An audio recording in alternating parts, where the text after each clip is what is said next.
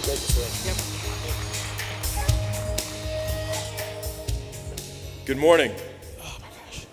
Welcome to the 2017 Reservation Economic Summit, and on behalf of the Native American Financial Services Association, we want to say it's an honor to be this year's presenting sponsor. I know a little about this organization. It's an honor to support the ongoing work of this organization, and I'm pleased to say, as its president, past president and CEO, for the last 4.5 years, we did some great things. We worked to expand this across this nation, the Reservation Economic Summit, and we did so 14 times in 4.5 years. We took this organization international. I was fortunate to attend with President Obama, Department of Commerce, the world's largest business trade show in Hanover, Germany, to travel to Guatemala to visit with folks and look for opportunities for Indian country. The thing that we were always focused on, and that I continue and remain to be focused on, is looking for opportunity. The same sort of innovation, the same sort of advancement that our ancestors, our relatives, deployed, implemented, and made part of their everyday life. E-commerce is not on its way to Indian country. E-commerce is here. E-commerce amongst our 29 tribes who are involved in financial services represented $2 billion last year.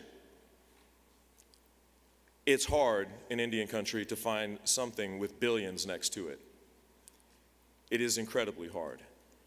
With around 29 billion in gaming, 6 to 8 billion in federal contracting, and a few billion in natural resources, and with this new administration, it's never been more important to look where that we might expand, diversify, and grow the economy of Indian country.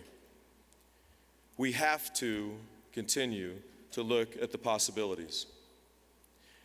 And when we see tribes that are remotely located in parts of the United States where there literally is no economic development, we have to embrace, uplift, and acknowledge the innovation, the opportunity that they have seized to grow and build in ways that many for decades could not figure out and could not provide a solution for. It's an honor to lead this new organization into the future, to advocate and make sure that folks on Capitol Hill understand the possibility and the opportunity to not just serve Indian country, but to serve 65 million Americans that are unbanked, underbanked, or credit invisible, that have not been paid attention to, that tribes are focusing on and serving. I just had the opportunity to visit with folks for a whole week on Capitol Hill. And the ability to sit down with folks in Georgia and West Virginia who have no tribes in their state, but to have a conversation around commonalities and things that bring us together to show that the needs of Indian country represent the same needs that they find in their communities where there is maybe not one American Indian person that they've ever paid attention to. That we make sure that we find those ways to grow that conversation. And they understand it because their folks don't have broadband either. Because their folks don't have infrastructure either. Because their folks get stereotyped much in the way that everybody thinks that we're gaming and that we're okay, that they're mining in West Virginia and they're okay. And that's not the story. The story is, what can we do for tomorrow? And what way do we lead our children forward to think outside of the box, outside of the bucket, and endeavor to do things that nobody thought was possible? I look forward to growing this industry from $2 billion to many billion dollars.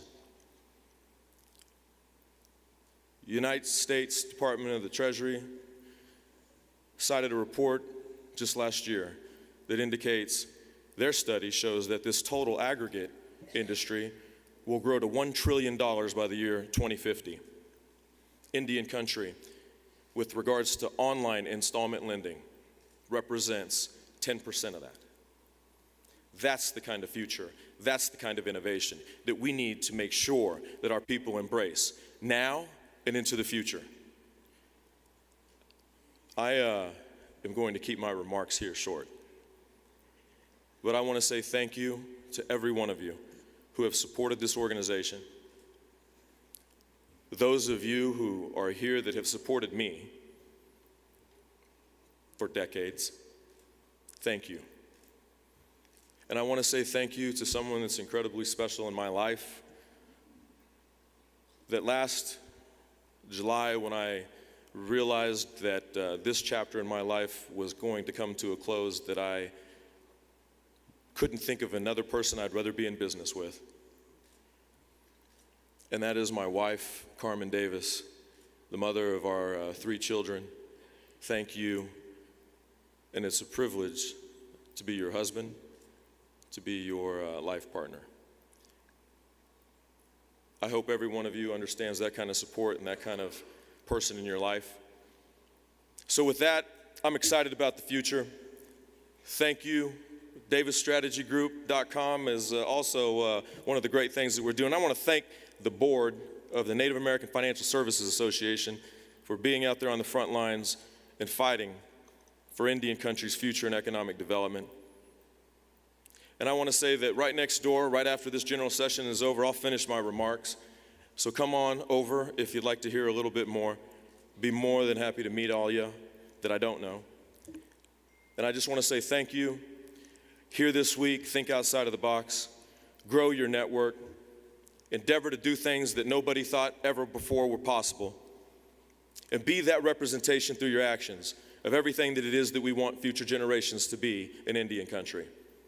Thank you so much, and again, it is an honor to be the presenting sponsor of this year's 2017 Reservation Economic Summit. Thank you so much.